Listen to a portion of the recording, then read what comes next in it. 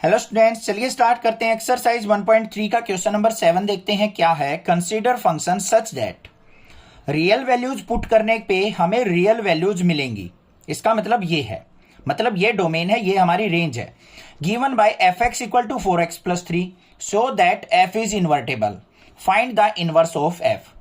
हमें क्या करना है, इस फंक्शन को इन्वर्टेबल प्रूव करना है और उसका इनवर्स फाइंड आउट करना है। इन्वर्टेबल के लिए हमें सिंपल सा काम करना है, इस फंक्शन को हम 1 और ऑन टू प्रूव कर देंगे तो ये इन्वर्टेबल हो जाएगा। तो सबसे पहले हमारे पास क्या दे रखा है, सॉल्यूशन देखते हैं इसका, इजी सा। एफ एक्स दे रखा है हमें 4x प्लस 3 और जो रियल वैल्यूज है, मतलब वैल्यूज जो है हमारी F such that real values put करने पर रियल वैल्यूज मिलेंगी।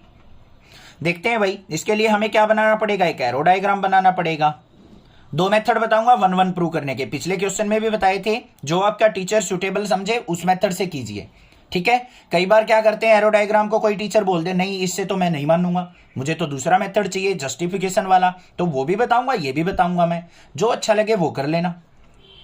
यहां पे रियल वैल्यूज पुट करनी है। मान लो बच्चों हमने पहले यहां पे 0 पुट कर लिया, 0 पुट किया, 4 इंटू 0 हो गया, ये आ गया मेरे पास 3। 0 पुट करने पर इमेज बन गई 3।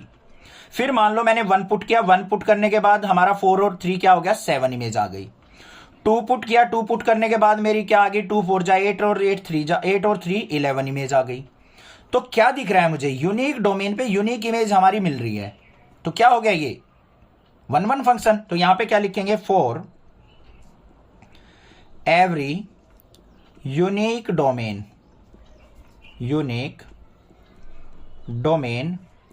Range is unique, so it's invertible, it's 1 क्या हो गया, ये 1 फंक्शन हो गया। और यहां पे देखो कोडोमेन और रेंज इक्वल है। कोडोमेन का मतलब होता है राइट वाले ओवल में जितनी भी वैल्यू हो सारी कोडोमेन होंगी, और रेंज क्या होता है, जिनके ऊपर एरो आई हुई हो। कोडोमेन कौन कौन सी है, 3 7 11, और तीनों इमेज बनी हुई है। तो इसका मतलब क्या है, कोडोमेन इज इक्वल टू किसके है, रेंज के। कोडोमेन किसके इक्वल है, रेंज के। सो इट्स ऑन टू, तो ये कौन सा फंक्शन है, ऑन टू फंक्शन भी है हमारा। क्लियर हो गया।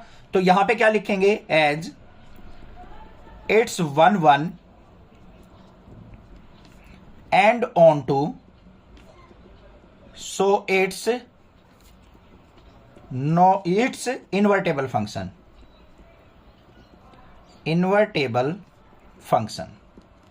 बस हो गया काम खत्म, ये इन्वर्टेबल फंक्शन हो गया हमारा। अब हमें क्या निकालना है, इसका इनवर्स निकालना है। पहले आपको दूसरा मेथड भी बता दूं, कहीं आप ये सोचो चीटिंग कर गए सर। अब देखो हमें क्या करना है, एफ ऑफ एक्स दे रखा है हमें बच्चों 4x प्लस 3। हमें क्या मान के चलना होता है कि F of x1 is equal to क्या है, एफ ऑफ x2 है। कोई 2 डिफरेंट वैल्यूज पे हमारा जो फंक्शन है सेम रिजल्ट दे रहा है। वैसे तो हो नहीं सकता ऐसा कि 2 डिफरेंट वैल्यू पे सेम रिजल्ट मिले, मतलब 2 डिफरेंट डोमेन पे एक ही रिजल्ट मिले, हमें यह मान के चलना होता है।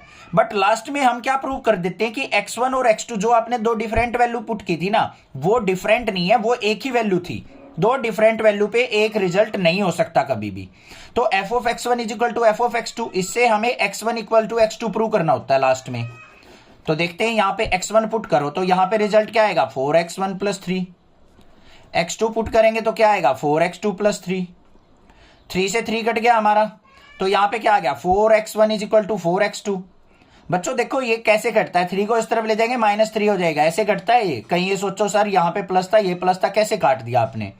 4 से 4 कट गया तो x1 इज इक्वल टू क्या आ गया, x2। इसका मतलब जो स्टार्टिंग में आपने मानना था कि 2 डिफरेंट वैल्यू पे हमें सेम रिजल्ट मिले, वो ऐसा नहीं हो सकता, क्योंकि x1 और x2 दोनों क्या है, हमारी सेम वैल्यू पुट करने पर ही आपको सेम रिजल्ट मिलेगा। ये थोड़ा सा सोचने वाली बात है, माइंड में अगर सेट करोगे ना। 1 क्या होता है, 1 का मतलब क्या होता है, 2 अलग वैल्यू पुट करें तो 2 अलग रिजल्ट ही मिलेंगे हमें।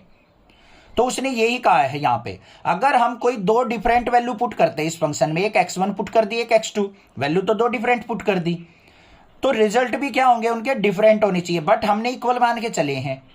इक्वल कब होंगे, जब x1 और x2 जो 2 वैल्यू यहां पे पुट की है वो एक ही वैल्यू होनी चाहिए, अलग अलग वैल्यू नहीं होनी चाहिए।